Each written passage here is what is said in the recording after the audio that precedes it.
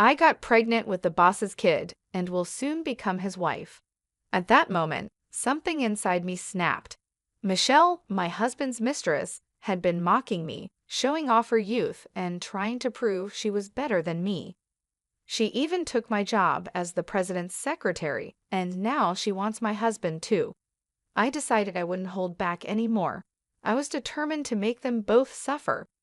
I signed the divorce papers that Scott gave me, but I got a lot of money in return. Scott and Michelle got married in France with a grand ceremony. A week later, I got a call from Michelle. "Hey, Scott hasn't come home. As his ex-wife, you must know where he is, right?" Michelle's voice was frantic. I laughed maliciously. Just as I had expected, I kept quiet, but I exposed Scott's terrible secrets. "My name is Kelly. I'm 61 years old and work as the president's secretary at my husband Scott's company. Every day, I wake up at 7 a.m., earlier than my husband, to prepare breakfast. Then I go to work alone, tidying up and cleaning the president's office to make sure Scott works comfortably. At 9 a.m., Scott arrives at the office. "Thank you, Kelly, you cleaned again today," he says. I approach him and retie his tie. "It's fine, dear. You want to work in a clean room, right?" I reply, "That's right," he answers. Scott and I were introduced by an acquaintance. We haven't had children, but we've lived together, supporting each other for 31 years.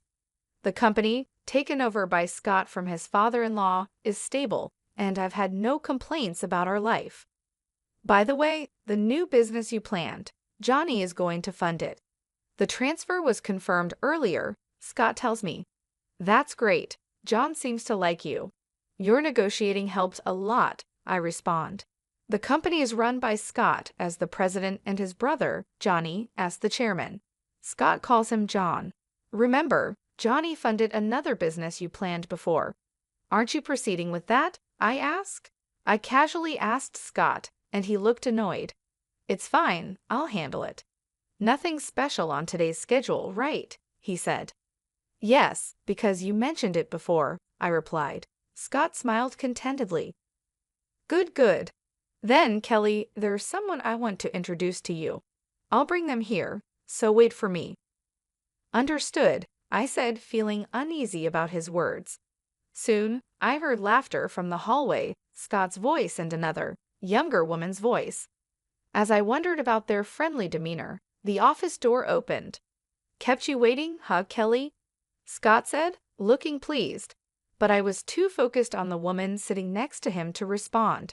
She was very young, with long, neatly arranged hair. She wore a miniskirt that revealed her thighs and a camisole that exposed her chest. It was like she was dressed for a night out, but she wore it confidently. I was astounded by her youth.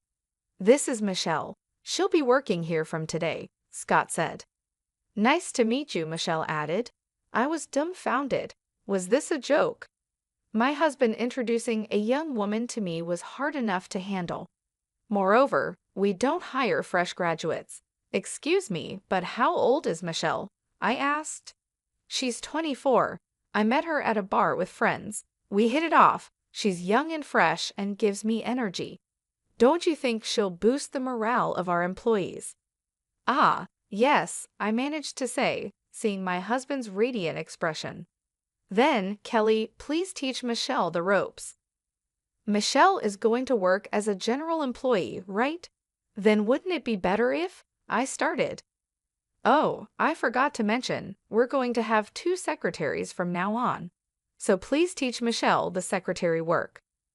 "2 secretaries? Is that necessary?" I asked, feeling a pang in my heart. "Well, you're getting on in years. It's okay to pass on work to the younger ones." Scott laughed lightly, and it hurt. "The way you say it," I thought to myself. "Then take care. I'm going out for a bit on a personal errand. I'm counting on you to show her the ropes." With that, Scott left Michelle and me alone in the office. I took a deep breath to calm myself.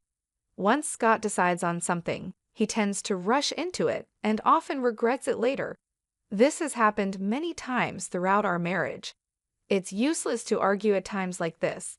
For now, I'll just do as he says. It's bound not to work out anyway. Hey, Kelly, Michelle tapped my shoulder. Yes, I replied. How old are you, Kelly? She asked. It felt wrong not to answer after asking her age. I told her the truth. I'll be 61 this year, but my sincere feelings didn't reach Michelle. What? You're as old as my grandmother. Poor thing, you could die any time and yet you still work. That's kind of sad, she said. I gave a wry smile. I like my job. It's not sad. Oh, I see. The sad one is the boss, right? Whether he's at home or at work, he's always with an old woman. Really poor thing. With each word, my face grew more strained. What exactly are you trying to say? You don't get it. I guess when you get older, your brain starts to slow down. Michelle let out a big sigh and said clearly, being young and beautiful, I have higher status than an old lady like you. You understand, right? Her smile was full of confidence, and I shivered. I couldn't stay silent any longer. You know, you should learn some common sense. Did I make you angry? Is it menopause? She asked. You get angry so quickly. It must be hard to keep working if you get upset over such things. Plus, with menopause, you sweat a lot and get short of breath, right? It's embarrassing to try so hard. Maybe it's time for you to retire. As I stood there, dumbfounded, Michelle laughed and whispered in my ear, Why don't you retire as president's wife too? I shuddered. This person intended to take Scott away from me. I couldn't help but raise my voice. Enough is enough. With that kind of intention, I can't teach you anything. Leave the company right now. I expected a quarrel, but Michelle looked at me with tears streaming down her face. I'm sorry. I just wanted to get along with you, Kelly, and made a joke, but it was too much. Too much. Michelle collapsed to the floor, sobbing like the heroine of a tragedy. I'll leave this company. Thank you for everything. Michelle ran out of the room. What is happening? Overwhelmed by the sudden turn of events, I stood there dumbfounded until Michelle returned with a red-faced Scott in tow. What are you doing? His sudden yell made me tremble. What's wrong, dear? I heard from Michelle you yelled at her. It's because she said something terrible. Don't lie. I've been listening to your conversation.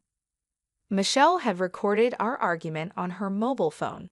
The recording started from the moment I scolded Michelle, giving the impression that I suddenly blamed her without reason and made her cry. That's why she apologized so sincerely, sobbing and all. I bit my lip in frustration. You don't believe me.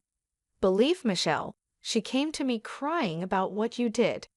There's a recording. It's clear whose words have more credibility.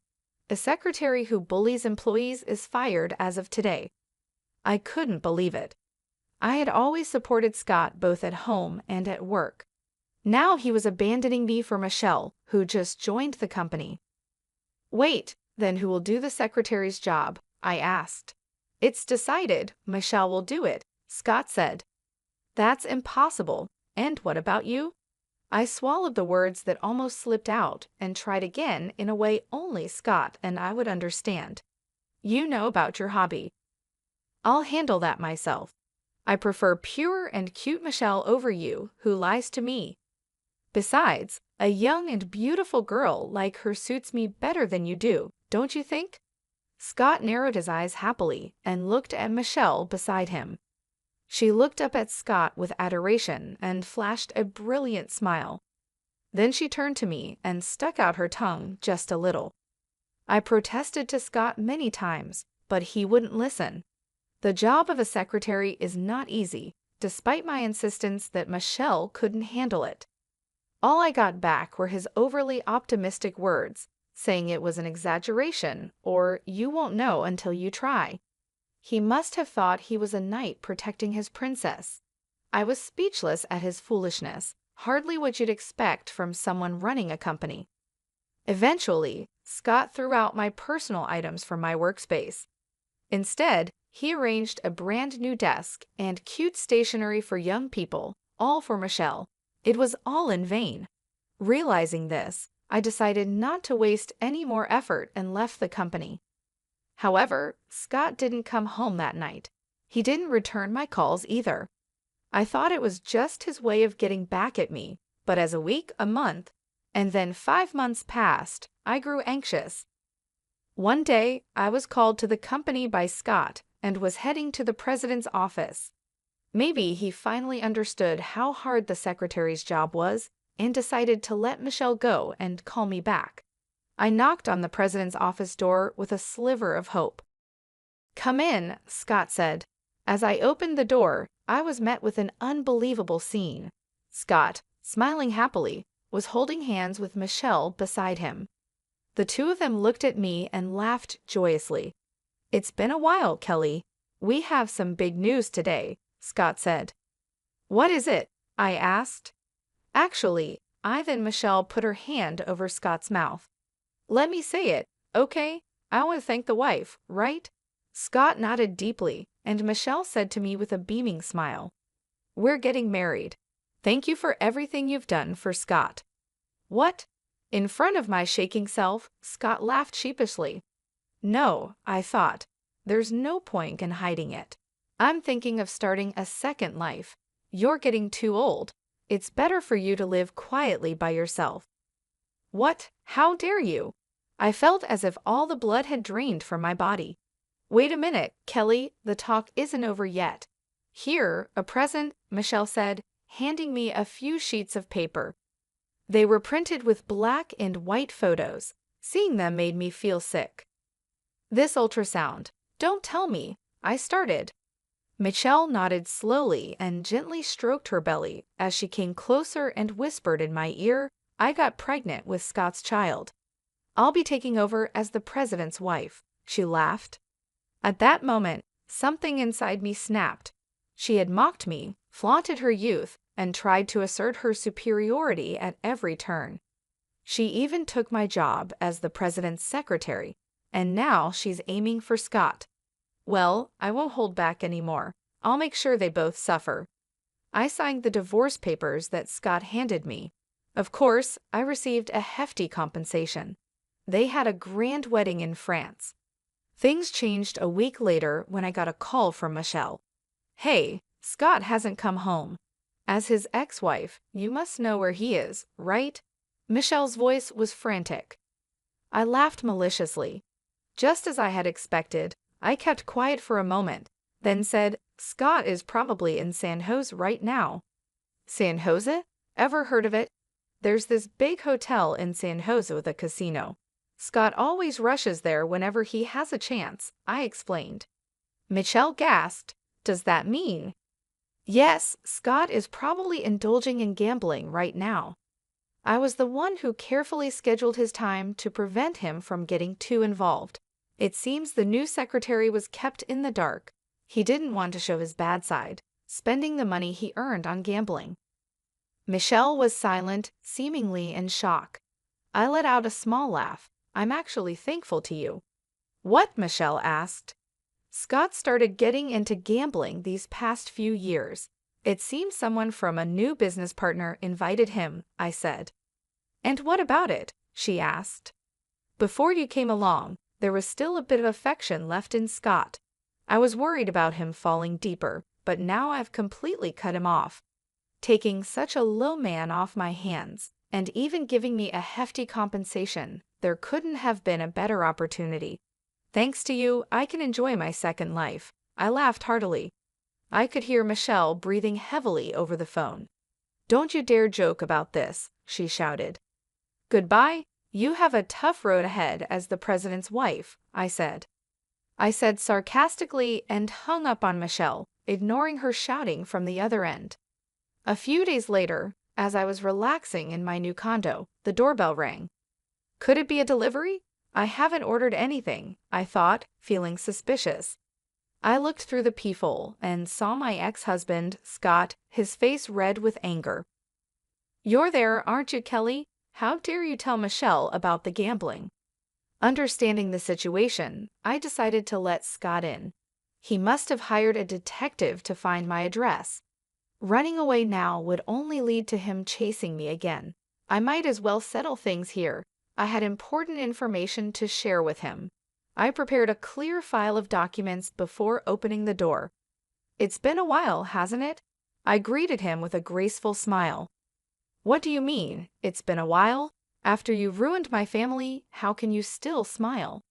Scott was furious, shouting and trying to intimidate me, but such tactics didn't work on a wife of many years. Why are you so red-faced? What happened? It's none of your business, he snapped. I chuckled. He came here just to vent his anger, but I could see through what had happened between them. You must have had a fight with your wife. Shut up. Michelle must be unhappy with most of your income going to gambling. She told you she would manage the finances, and you're on an allowance now, right?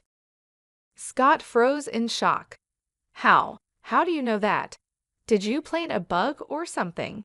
He asked seriously, and I burst into laughter. You did the same thing with me when your gambling came to light. You said, "What's wrong with spending the money I earned on my hobby?"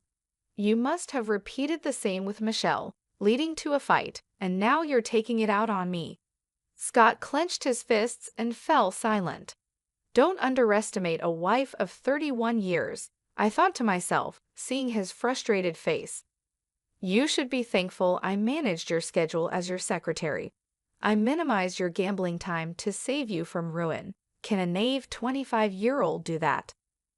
Well, he started. You have no choice but to let her try.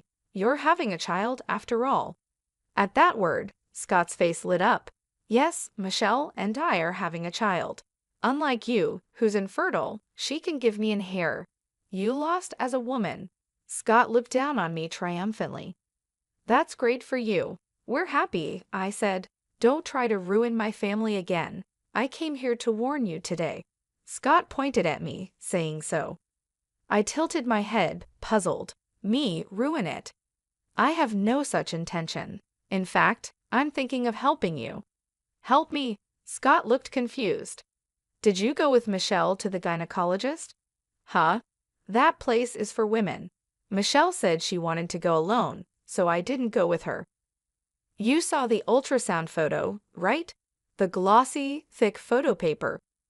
No, the one I saw was just thin, regular paper. I thought so, I said, presenting Scott with several photos from a clear file. They were grainy black and white ultrasound images. Scott's eyes widened. What? You're pregnant? Of course not. This was a gift from Michelle. She's quite prepared, isn't she? Printing these out from the internet for me. Internet? Scott looked puzzled. I handed him a piece of paper. It was a printout of a blog post from 3 years ago, a pregnancy announcement with ultrasound photos. Compare this with the photo Michelle showed you. Notice anything? Scott looked back and forth between the photo and the article. His face turned pale. You don't mean? That's right. The copied photo from the article matches Michelle's ultrasound photo. Holding them up to the light, the baby silhouette matches perfectly. Do you know about image search? It's a feature that searches the internet for images similar to the one you have. I found this blog using it. She must have copied the article directly, cutting out the photo neatly. So the child, Scott went pale, looking like he might collapse. I decided it was time to deliver the final blow. It's a lie. There's no baby. Scott collapsed to his knees. No, that can't be. She wouldn't lie about something like that. Impossible. After everything I bought for her designer clothes, bags, even an expensive engagement ring. Scott vented his confused emotions by repeatedly hitting the floor with his fist. His actions were so ridiculous I couldn't help but smile. It's a shame you couldn't become a father. Considering your age, it's doubtful you could have fathered a child. Thinking a young partner would guarantee a child was naive. Ask Michelle for the truth. I'll call her over now. Scott was too drained to argue. He just slumped there, silent. I had Michelle come to the condominium. Soon after, the doorbell rang, and I opened the door. Upon seeing me with Scott, she screamed. What are you doing here? Trying to take Scott back from me? No. Didn't I say I was thankful to you? I have a baby in my belly. You can't tear us apart. Michelle screamed triumphantly. Not listening to me, she entered and gently embraced Scott's shoulder. "Are you okay? Let's go back and talk about the money," she said. "I'll manage the finances. That's okay, right? We'll overcome this together. After all, I'm carrying our child," Michelle said. "Shut up." Scott slowly stood up, looking at Michelle intently. "The pregnancy is a lie, isn't it?" Michelle's face contorted. "What are you talking about, honey? Tell me the truth, Michelle." "The pregnancy is real. I showed you the ultrasound photo. Our child is the fruit of our love. How can you deny that?" Michelle sat on the floor, crying, then glared sharply at me. "You must have filled his head with weird ideas. You're just jealous because you're old and I'm young and beautiful." I laughed. "Is that all you have to say?" "Hey, Scott, let's just go home, okay?" Michelle tried to pull Scott's arm, but he brushed her off. "Enough, Michelle." Scott thrust the blog post copy and the ultrasound photo at her. "There's no escaping the truth now. I trusted you. How could you lie about something like this? I was so happy," I cried. Michelle's expression changed. "Hey, Scott." She looked at me with wet eyes, seeking sympathy. "I just wanted to test your love for me. I was afraid I was just being played with. That's why I said I was pregnant." "Then, Scott, you said you wanted me to have it, right? I was so happy." Michelle's radiant smile left Scott speechless. "So the lie was because you love me." "That's right. We can start working on having a child now. My beauty and your brains will make a wonderful child who'll eventually become a president and earn lots of money." "That's not going to happen," I said, bringing Scott and Michelle back to reality.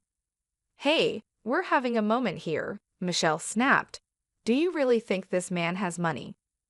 "Of course, he's a president after all." "I see.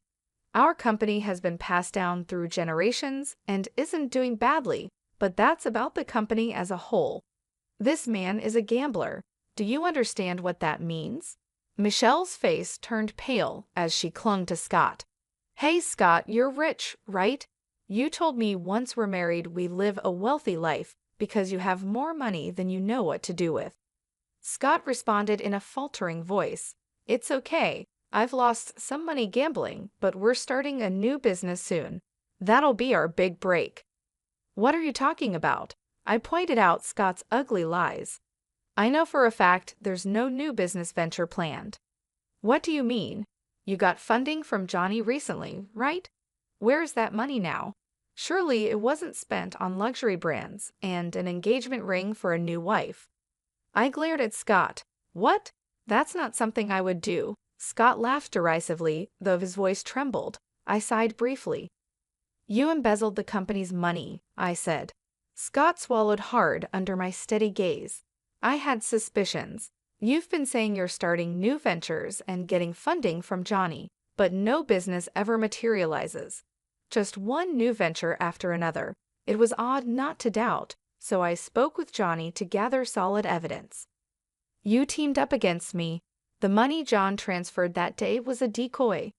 You transferred the business funds directly into your own bank account this time. Usually you're more careful, using various accounts to avoid detection. Were you that desperate for money, trying to prove to Michelle you're wealthy?" Scott fumbled for words, confirming my suspicions. I said the last word, "You're done. Get arrested and live as a criminal for the rest of your life." "Shut up. It's a family matter. It'll probably just end with probation. Besides, John will bail me out. Even if I'm charged, I'll be out in no time," Scott reassured himself. "How do you know all this? You were supposed to be fired. You have nothing to do with this." "Johnny told me."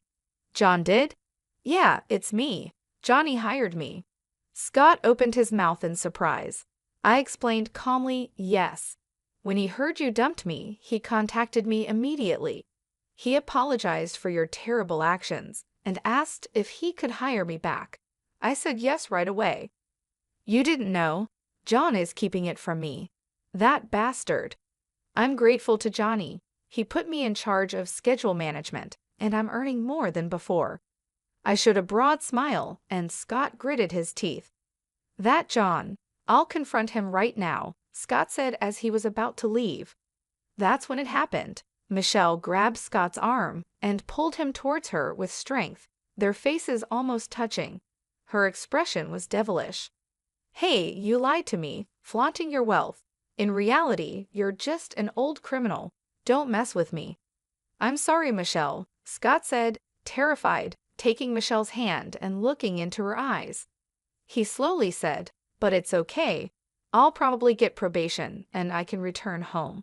I might be out of the company, but we can still be happy without money if we're together. Don't joke with me. Michelle shook off Scott's hand and glared at him as if he were trash. There's no way a beautiful young woman like me would live with an old, penniless man like you. I lied about being pregnant to get us to marry. What a waste of time. The worst. Michelle shoved Scott aside and left the room. Michelle, wait for me, Scott called out, but Michelle shut the door behind her. He stood at the entrance like a ghost. I spoke to Scott. Please leave. This is my house. Kelly, can't we start over? Me as the president and you as the secretary like before? Scott tried to charm me with a smile, but I flatly rejected him. It's impossible. I hate you. I never want to see your face again. Scott's eyes widened, and he started to tremble. Enough of that, I said, opening the door and pushing him out. I locked the door and began watching TV. Scott quietly left, realizing it was all over. Later, Scott was arrested.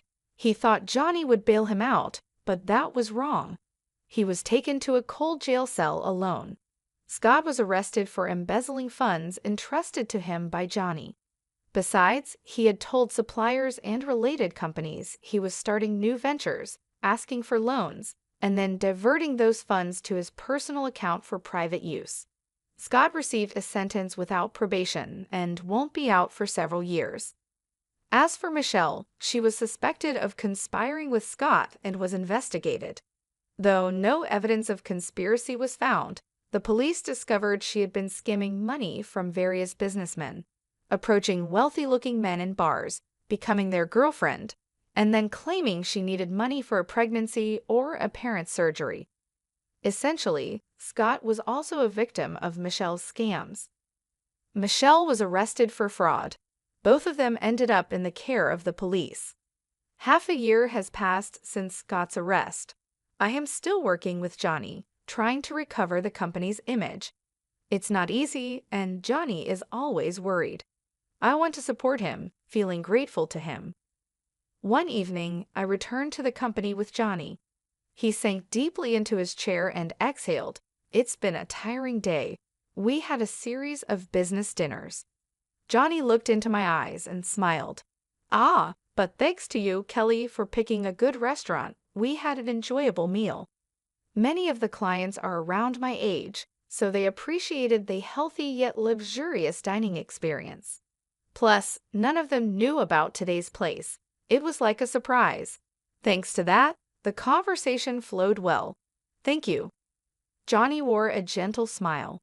Unlike Scott, Johnny is always calm and composed. When he speaks with someone, he always uses polite language, and his sincere character is evident. I find Johnny's personal charm appealing. It's too kind of you to say, I replied. I thanked him. Johnny sighed contentedly. To think someone as capable as you was Scott's spouse is truly surprising. I chuckled lightly. Former spouse, I have no relation with him anymore. Right, he said. By the way, Kelly, how long do you plan to work? Don't you think about retiring and living quietly at home? I answered with a smile. I love my work. As long as I'm physically able, I want to keep working. Johnny nodded happily. I want you to help me rebuild this company. It's going to be a long partnership, but I'm counting on you from now on. I nodded firmly. Yes, Johnny. Johnny laughed, amused. Seeing his laughter made me feel warm inside. My second life is surely going to be enjoyable. Looking at Johnny's smile, I thought just that.